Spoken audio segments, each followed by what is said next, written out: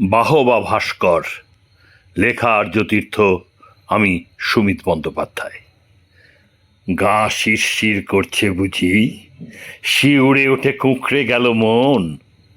শান্তি নামক ভ্রান্তি বিলাস যেমন করে ছিঁড়ল সে লাশ, তেমন করেই স্বপ্নে এসে করছে জ্বালাতন।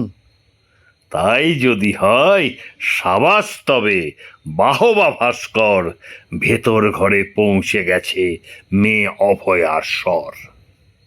মূর্তি দেখে বলবে আহা, তেমন কোনো ভাবনা ছিল নাকি? 9 আগস্ট প্রতি বছর ডাঁইমালা সব ওটার ওপর, ভিজপে রুমাল ঘামেই কেবল, চোখের জলে ফাঁকি। সব উৎসবে সে চকগুলো নাড়িয়ে দিলে ভিত, তবেই তো এই মূর্তি সফল মেয়ে অভয়ার জিত।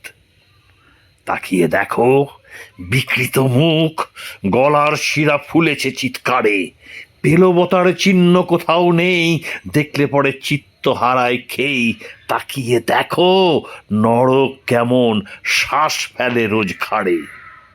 তোমার মেয়েটা, আমার মেয়েটা, এই বিপদের মাঝে বালিতে মুখ থাকলে গুঁজে কাজ কিছু হয় না যে। ভয় পেয়েছো?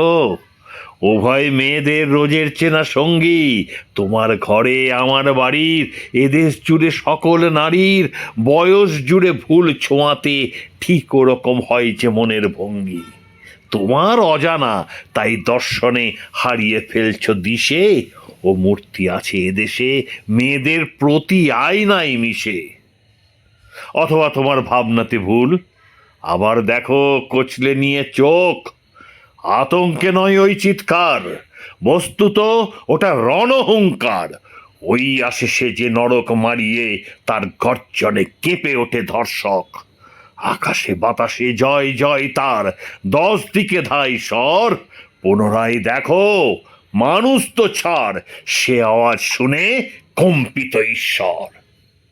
মন তলপার করছে মূর্তি, সাবাস হে ভাস্কর, প্রতিবাদ পিঠ বনে গেল আজ কলেজ আর চিকর।